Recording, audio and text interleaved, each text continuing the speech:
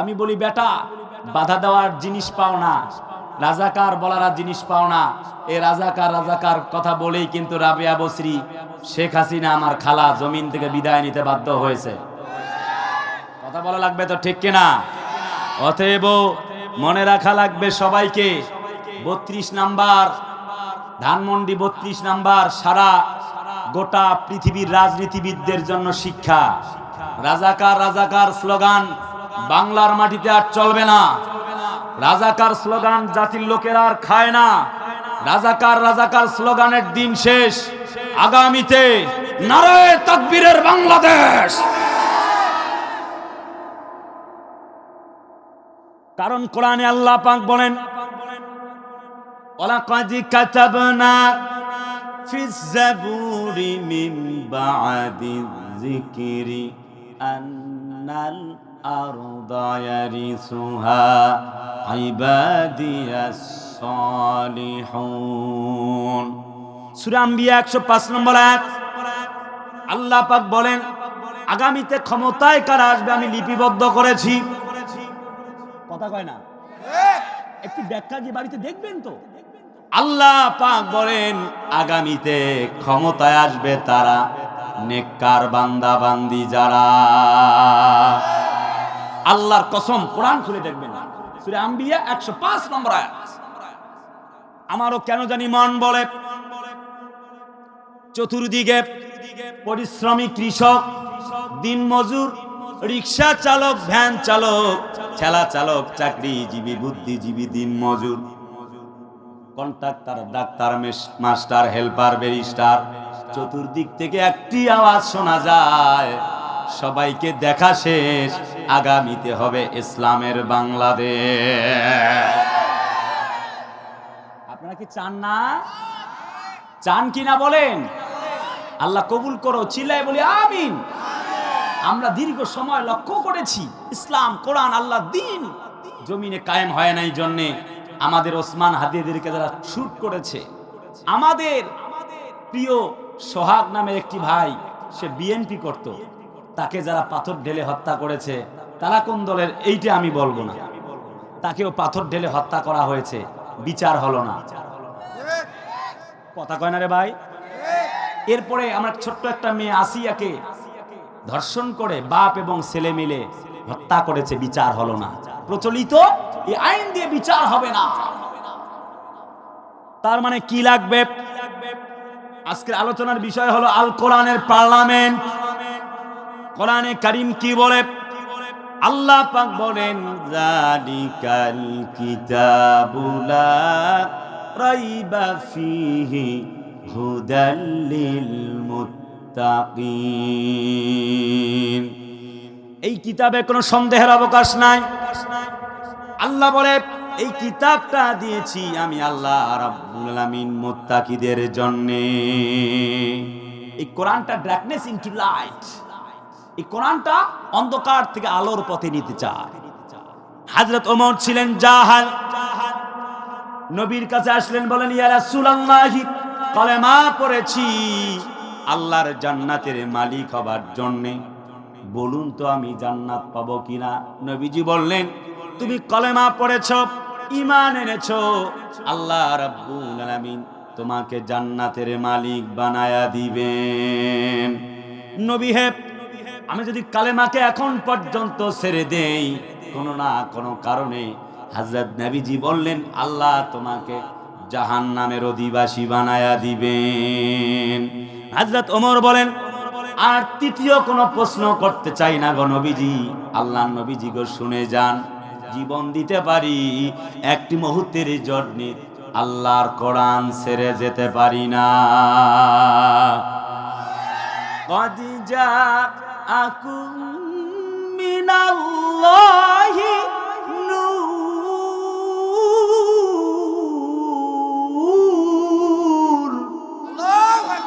وكتاب مبين।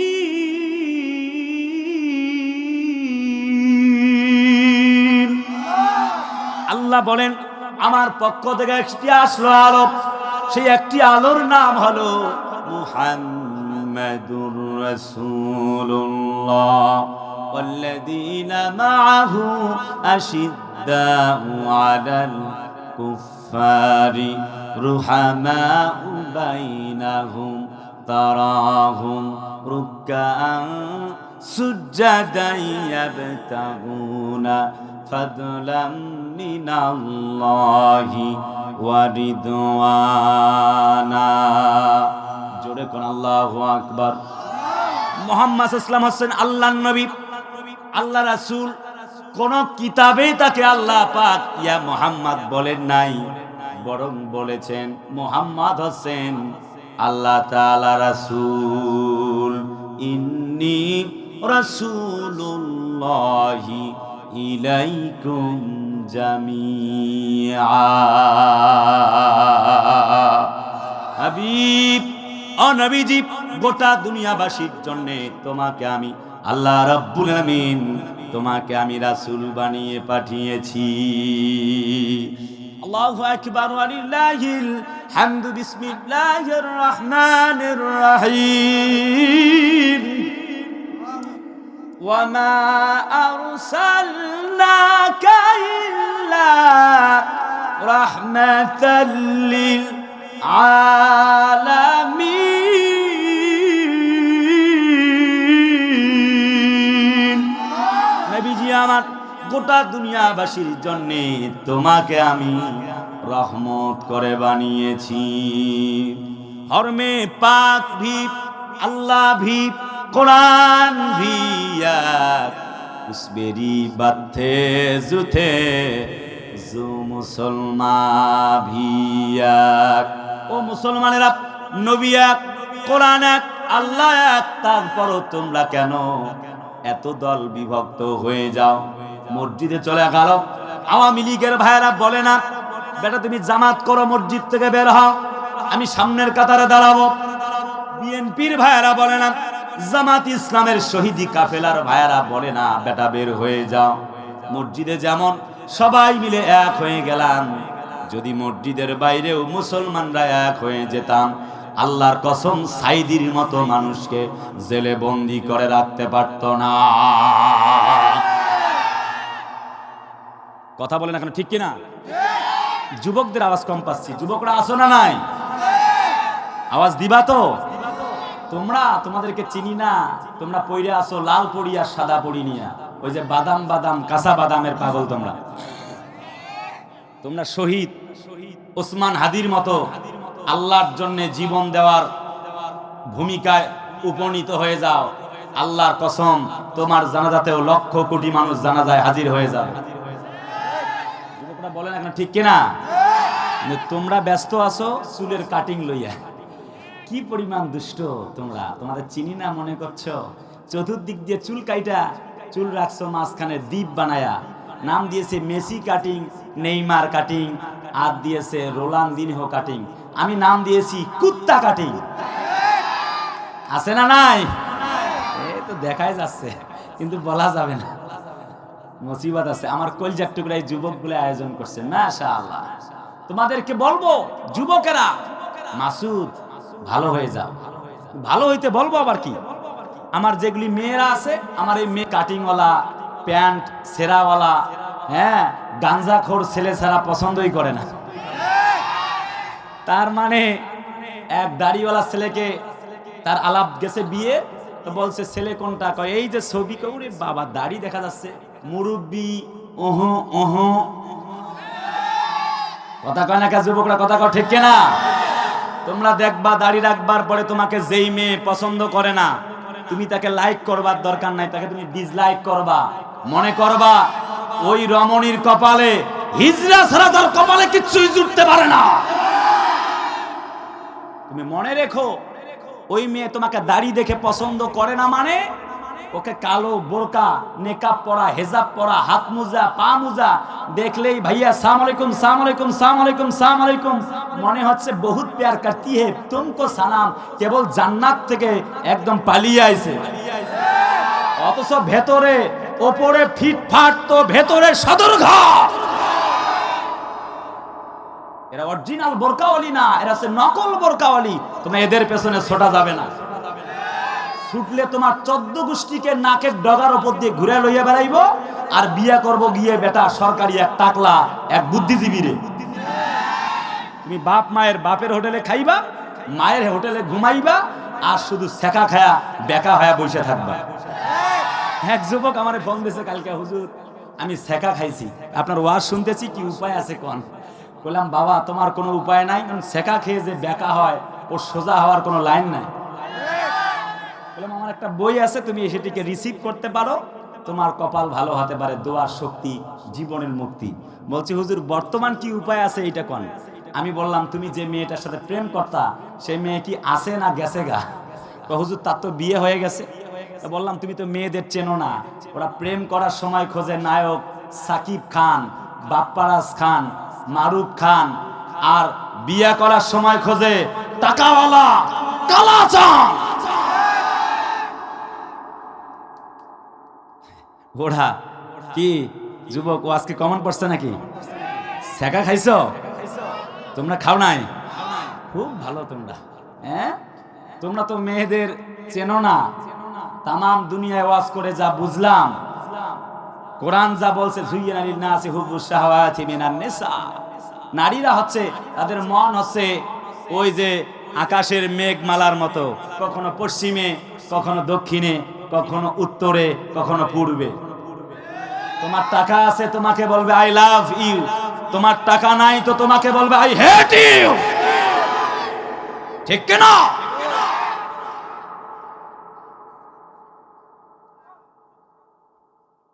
যুবকরা অতএব তুমি প্রতিষ্ঠিত হও, শুধু ওই যে সুইটি কৈটি জুলাইখার মতো কয়লা সুন্দরী না, বিশ্ব সুন্দরী ঐশ্বরিয়া প্রিয়াঙ্কা চোপড়ারা তোমাদের পেছনে ঘুরু ঘুর করবে, 14 গোষ্ঠী পর্যন্ত তোমার পেছনে ঘুরতে থাকবে।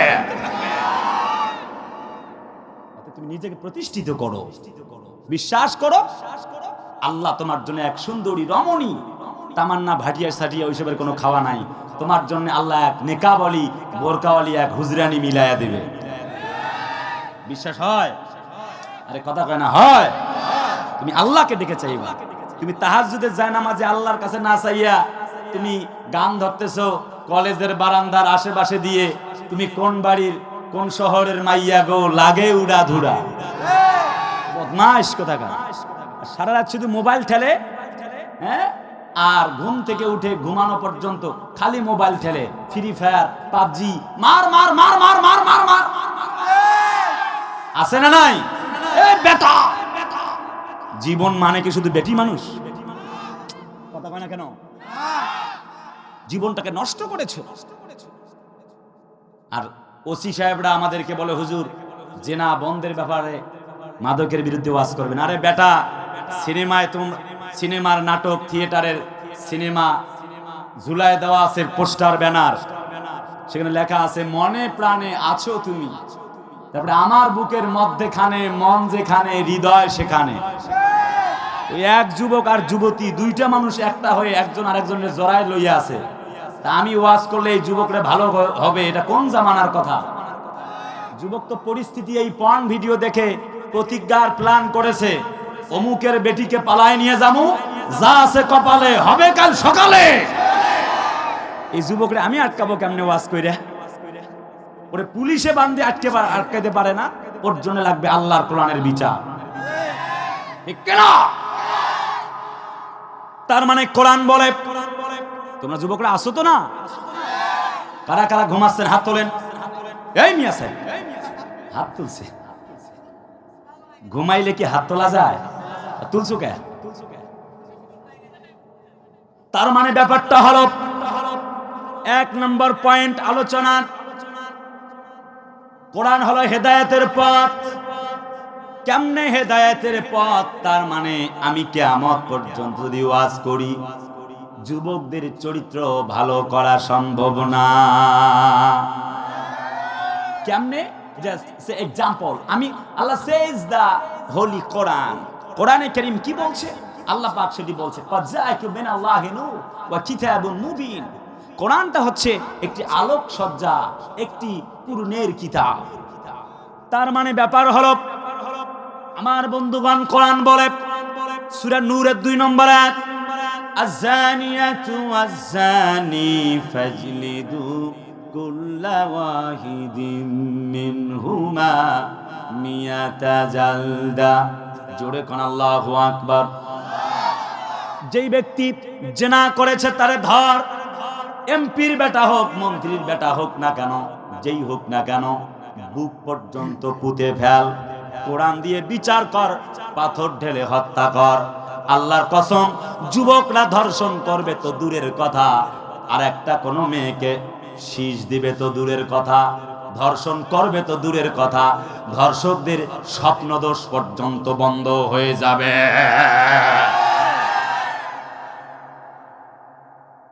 ঠিক কিনা বলেন? আর এখন ওয়াজ করে, হ্যাঁ ওয়াজ করতে হবে। আল্লাহ পাক বলছেন ইয়াহদি লিল্লাতি হিয়া আকওয়াম। Allah says the holy Quran, not only that. আল্লাহ পাক বলেন ওয়ালাকাদ সাররাফনা লিন-নাসি ফি হাযাল কুরআনি মিন কুল্লি মাসা। আল্লাহ বলে কোরআনের যে আমি উদাহরণগুলো দিয়েছি সেগুলি পেশ করো। তার মানে আমি এখন সেগুলি পেশ করছি। ছোট্ট একটি ভাই, সোহাগ নামের ভাইকে বিদায় করা হলো পাথর ঢেলে। ছোট্ট মেয়েটি আমার বিদায় নিল আসিয়া। এরপর তনু, নুসরাত, হারিয়া, খাদিজা, কত বোনেরা ধর্ষণের শিকার হয়ে গেল।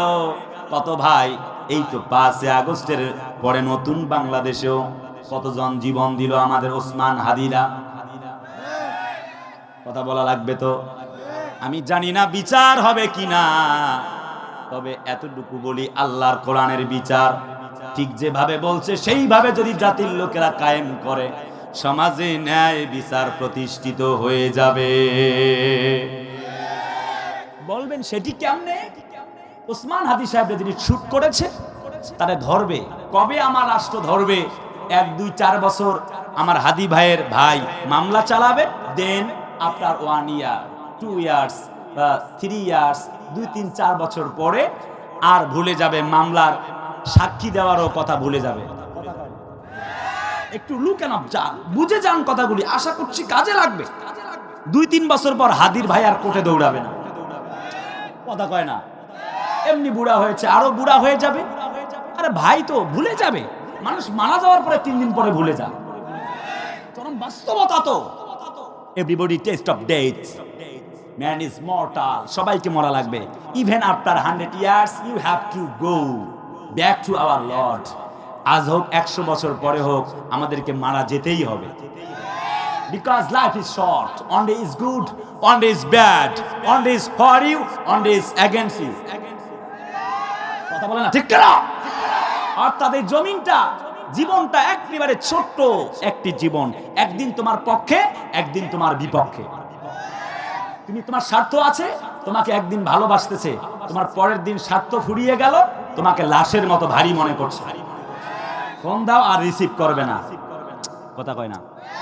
চরম বাস্তবতা। 3 বছর পর হাদির ভাই আর যাবে না। যিনি হত্যা করেছিল সময়ের ব্যবধানে, উনি হাইকোর্ট থেকে রায় নিয়ে ওপেনে শার্টের বোতাম খুলে দিয়ে ঘুরাবে। শার্টের বোতাম খুলে দিয়ে ঘুরবে। কিন্তু কোরআন কি বলে? আন্নান নাফসা বিন নাফসি ওয়াল আইনা বিল আইনি ওয়াল আনফা বিল আনফি ওয়াল উজনা বিল উজনি ওয়াল কাতলা বিল কাতলি। কিসাসের বিধান পালন করো। কে হত্যা করছে? ফয়সাল নাম, বেটার ধর। কথা কয় না? কেমনে হত্যা করছে? গুলি করে। ওরে গুলি কর। কথা বলে না কেন? Please response me. কথা বলা লাগবে ঠিক কিনা বলেন? তার মানে বিদেশে আছে আর কোথায় আছে জানার টাইম নাই, ধরে নিয়ে এসে বিচার করতে হবে। 50 বছর পরে বঙ্গবন্ধুর অপরাধীদের বিচার করতে চান, ফিরিয়ে নিয়ে আসছেন বিদেশ থেকে। মনে রাখা লাগবে, এখনো বিদেশের মাটি থেকে ওসমান হাদির খুনিকে ফিরিয়ে আনা সম্ভব। কথা বলেন না কেন? ঠিক কিনা বলেন? তার মানে যখন তাকে গুলি করেছে, তার 1 ঘন্টার মধ্যে যদি কুলাঙ্গারের বাচ্চাকে ধরে যদি গুলি করে হত্যা করা হতো, আমাদের আর একটা, আমাদের ওসমান হাদির মতো ব্যক্তিদেরকে হারাতে হতো না। আমার ছোট্ট মেয়ে আসিয়ার মতো মেয়েটাকে হারাতে হতো না। সামনে জানি না, আল্লাহ ভালো জানে, আমরা আমাদের ওসমান হাদিকে হারিয়েছি, আমরা আমাদের আর হাসনাত আব্দুল্লাহকে হারাতে চাই না। মনে রাখা লাগবে, এক ওসমান হাদি লোকান্তরে, লক্ষ ওসমান হাদি ঘরে ঘরে। এক ওসমান হাদির মাথায় গুলি করো নাই, লক্ষ কোটি মুসলমানদের মাথায় গুলি করেছো। বরদাস্ত করা হবে না, তোর কবর খুঁড়েই মুসলমানরা তোকেও দাফন করে ফেলবে।